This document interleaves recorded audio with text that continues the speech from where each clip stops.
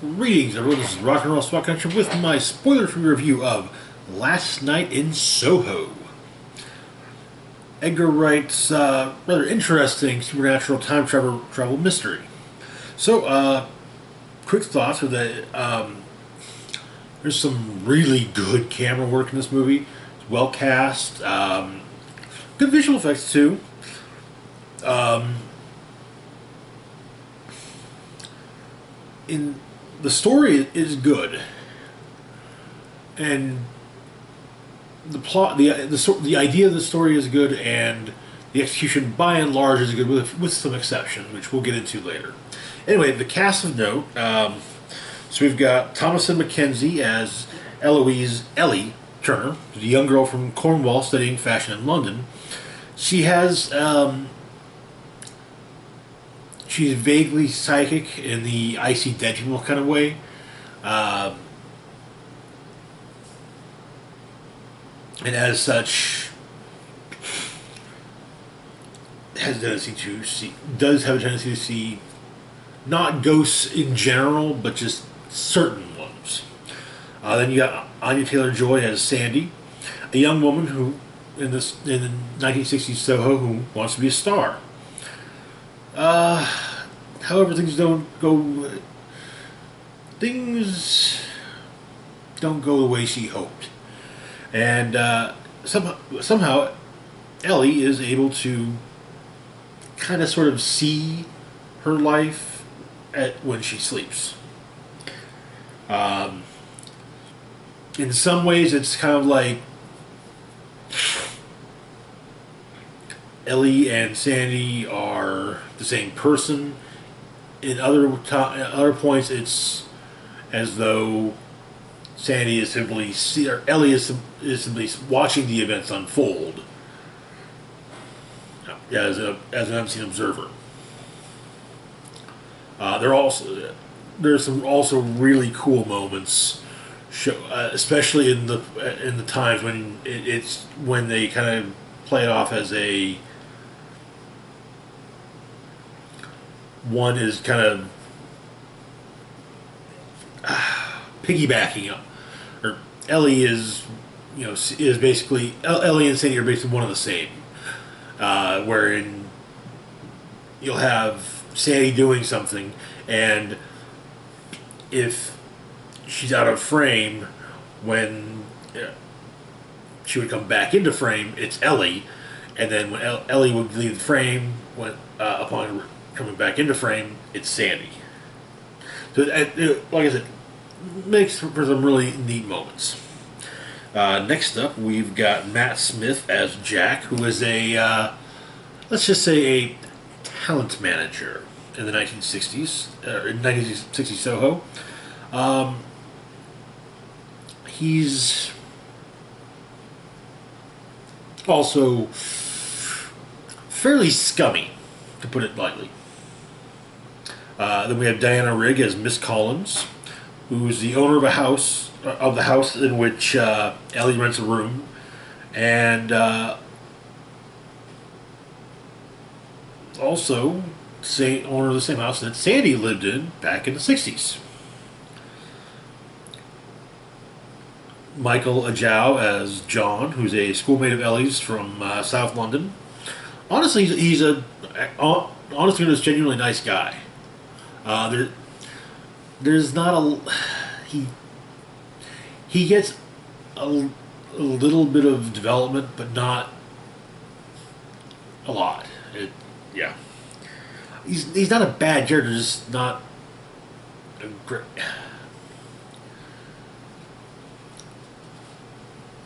Yeah, but he does quite well in the role.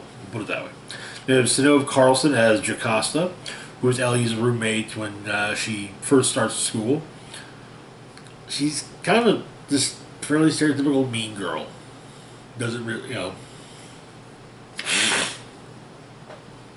And finally, we have Terrence Stamp as the silver-haired gentleman, older resident / fixture of Soho.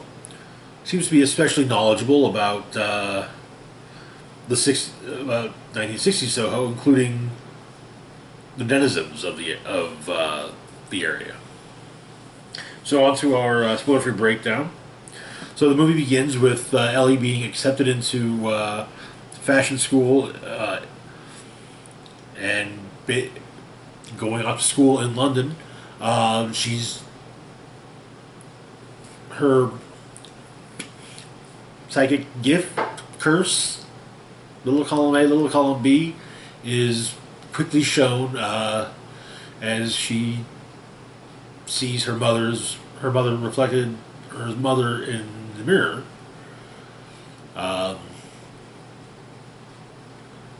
it's implied she also lies to her grandmother about this. She hadn't seen her mother for a long time. But upon arriving in London, Ellie is actually kind of overwhelmed, not to mention a bit put off by how some people behave. She has been one that, sure, London looks all glitzy and glamorous from the way it's portrayed in media, but it's not necessarily it's not always a good place. But she meets Ellie meets her roommate, and probably decides to find alternate housing, leading her to renting a room in Soho from Miss Collins. On her first night staying there, she dreams of Sandy, a prospective singer in 1960s Soho.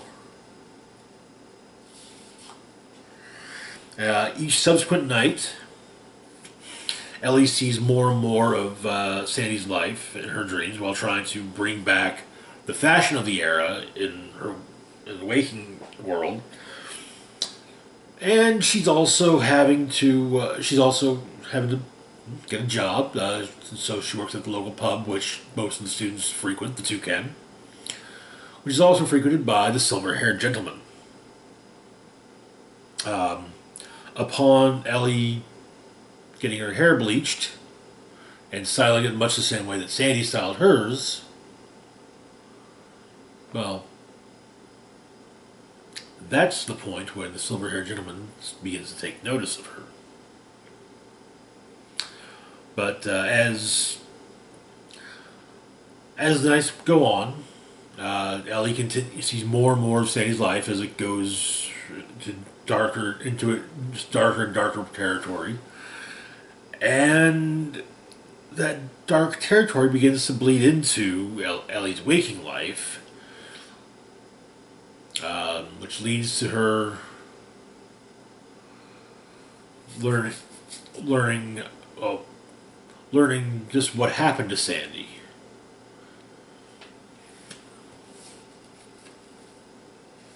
Anyway, so the ups and downs. Honestly, the movie is very, very well shot. There are some sequences where I don't think they would have worked anywhere near as well as they did in the movie. I mean, they would have worked well, but just not as well if it hadn't simply been for the camera work. The main cast, for the most part, is really good. Sinead Carlson is probably the exception. She's just meh. She was probably the weak point of the main cast. I mean, she's fine, but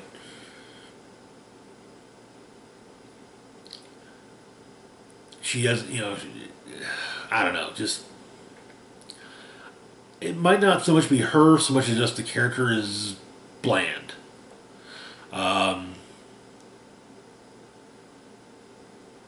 Michael A. does John, whom I mentioned, doesn't get gets some characterization, enough to kind of, give you some idea of who he is.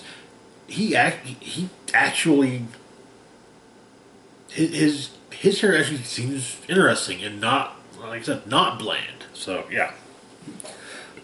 But yeah, it's an interesting time travel. It's an interesting take on time travel. And the plot in general is also rather interesting. And while on the downside, though, while it has its surprises, the plot does also have its predictable and tropey moments. And The climax of the movie does feel a little bit padded, and there are also a few plot points that seem to that it feels like there was an intention with some of the plot points to do one thing, but then it never even gets close to that. So yeah, I don't know. There were just some plot points that didn't feel properly resolved. So my final thoughts would be that it's a wonderful shot and acted film with interesting story that largely sticks to landing aside from the climax feeling a little padded, and like I said, some plot points kind of seeming to just fizzle. Overall rating, honestly, I gotta say a solid 4 out of 5. One thing I will say before we finish this up, the movie does have some very disturbing imagery, which might make some viewers uncomfortable. So, if you do, for those who do go to see it, keep that in mind. There could be some moments that might make you more than a little uncomfortable. That said, I've long subscribed to the belief that horror movies should make people feel uncomfortable. But anyway, that's it for now. As always, feel free to like, share, and subscribe. Links to my Facebook, Twitter, Patreon, and PayPal can be found in the description box down below.